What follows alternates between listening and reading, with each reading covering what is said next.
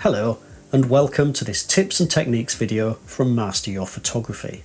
In this series we've carefully crafted a collection of short videos designed to provide you with key points on specific topics without any of the unnecessary waffle.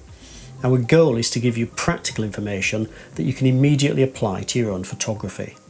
We understand that your time is precious, so we've condensed each video to deliver concise, actionable information. With our tips and techniques series, you'll gain the knowledge and the confidence to improve your photography in no time at all. So, that's probably enough waffle, let's get started. Almost every camera on the market shoots JPEG files as standard. But as you get more involved in your photography, you might come across something called RAW format. This tends to be the file format that most professionals use because it actually gives you better image quality. So what do we actually mean by RAW file format? Well, every time you press the shutter button to take a picture, the data is recorded by the sensors on the chip in the back of your camera. And that data is automatically recorded in RAW file format. In other words, it's the data that the camera captures before any processing has been done to it. So you are actually recording RAW files every time you take a picture. What tends to happen then is most cameras are set up so that that RAW file is then put through some clever processing in your camera to generate the JPEG file. During this process, what happens is some of the data is actually thrown away.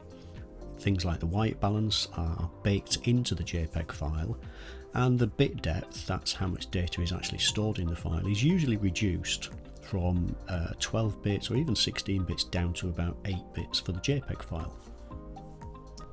Because JPEGs are a lossy compressed file format, there's also some degradation in the data quality purely because of the JPEG file format.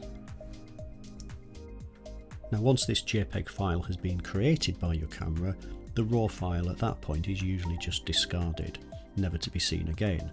But you can set your camera up so that it actually records the RAW file instead of the JPEG or even alongside the JPEG. Despite the fact that the RAW file contains much more data, at first glance when you look at a RAW file they tend to look very flat and unsaturated. However, if you then process those files through third-party software, something like Adobe Photoshop or Lightroom, then you can actually extract much more information by doing this process manually rather than letting your camera do it for you. In high contrast scenes such as this image, the RAW file will actually contain detail in both the shadows and the highlights, but a JPEG that's generated in your camera can lose some of that detail and you end up with blocked up shadows and burnt out highlights. But by processing the RAW file manually, you can bring that information back and extract a much better image. Another major advantage of shooting and retaining the RAW file is that the colour temperature, that's the white balance of the RAW file, isn't fixed. So you can actually change it later. When your camera generates a JPEG file, then it bakes that colour temperature in, it fixes the colour temperature, it fixes the white balance. But by processing it afterwards, you can actually tweak it and introduce a little bit more warmth or even take away the warmth if you feel that's giving you a more creative result. So what are the downsides to shooting RAW files? Because it can't all be good news, can it? Well, they take up a lot more space, so you're going to need bigger memory cards, and it's also another part of the process that you have to take the files from your camera, load them onto your computer and go through this processing of the files to generate the end result, which will still be a JPEG, but it will be a better JPEG.